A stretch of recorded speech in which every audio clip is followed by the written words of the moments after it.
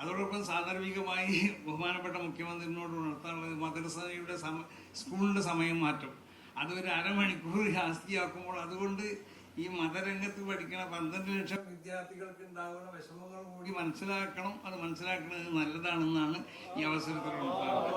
അപ്പൊ അതനുസരിച്ച് അവർ പ്രവർത്തിക്കുന്നുള്ളത് നമുക്കറിയാം. അവരോട് ഓർമ്മപ്പെടുത്തുകയാണ് ചെയ്യുന്നത്. അപ്പൊ സമസ്ത കേരള ജമിയത്തുൽ ഉലമ അതിനെ സംബന്ധിച്ചുള്ള നിവേദനം നമ്മൾ ബഹുമാനപ്പെട്ട മുഖ്യമന്ത്രിക്ക് ഈ സദസ്സിൽ വെച്ചുകൊണ്ട് നൽകുന്നുണ്ട്. അതുപോലെ തന്നെ ലഹരി വിരുദ്ധ അതിനെതിരെ സമസ്ത കേരള ജമിയത്തുൽ ഉലമ പല നിലക്കുള്ള പദ്ധതികളാണ് ആവിഷ്കരിച്ചിട്ടുള്ളത്.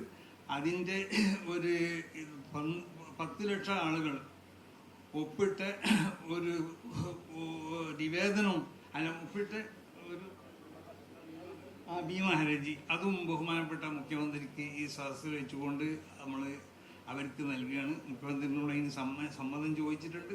കുഴപ്പമില്ലാന്ന് മൂപ്പര് പറഞ്ഞിട്ടുണ്ട്. അപ്പോൾ ഇവിടുന്ന് കൊടുക്കുക. അപ്പം അതുകൊണ്ട് സമസ്ത കേരള ജമിയത്തുൽ ഉലമയെ നമ്മൾ പിന്നെ അവഗണിച്ചുകൊണ്ട് ഇവിടുത്തെ ഒരു ഭരണകൂടം മുന്നോട്ട് പോകരുത്. അത് നമുക്ക് പറയാനുള്ളത്. എന്തെങ്കിലുമൊക്കെ നമ്മൾ പിന്നാലെ പോകുന്ന ആളുകളല്ല. എന്തെങ്കിലും അത് എന്നൊക്കെ പറഞ്ഞിട്ട് മുഖ്യമന്ത്രിയോട് ചോദിച്ചാൽ എന്തെങ്കിലും നമ്മൾ ആവശ്യപ്പെട്ടിട്ട് വ്യക്തിപരമായ ഒന്നും സമസ്തന്റെ ആരും മുഖ്യമന്ത്രിയോട് ആവശ്യപ്പെട്ടിട്ടുണ്ടാവില്ല. ായിട്ടോ അല്ലെങ്കിൽ നാട്ടിനൊക്കെ ഉണ്ടാകുന്ന പൊതുകാര്യങ്ങൾ ചിലപ്പോൾ ആവശ്യപ്പെട്ടിട്ടുണ്ടാവും. അതിപ്പോൾ അവരോട് ആവശ്യപ്പെടേണ്ടത് തന്നെയാണ്. പക്ഷെ സമസ്ത കേരള ജമിയത്തുൽ നമുക്ക് സംഘടന എന്നുള്ള നിലയ്ക്ക് കിട്ടേണ്ടതായ ചില സംഗതികൾ, ലഭിക്കപ്പെടേണ്ട ചില കാര്യങ്ങളുണ്ട്. അത് ഏതെങ്കിലും സംഘടനകൾക്ക് മാത്രം കൊടുത്തുകൊണ്ടിട്ട് നമ്മൾ അവഗണിക്കുന്നതായ ഒരു പ്രവണത അതൊരിക്കലും ഉണ്ടാവാനും പാടില്ല എന്ന് പ്രത്യേകമായി സാന്ദർഭികമായി കൊണ്ട് മുഖ്യമന്ത്രിയുടെ മുന്നിൽ നമ്മളെ ആ ഒരു ദുഃഖം അത് ഇവിടെ പ്രകടിപ്പിക്കുകയാണ് ചെയ്യുന്നത്.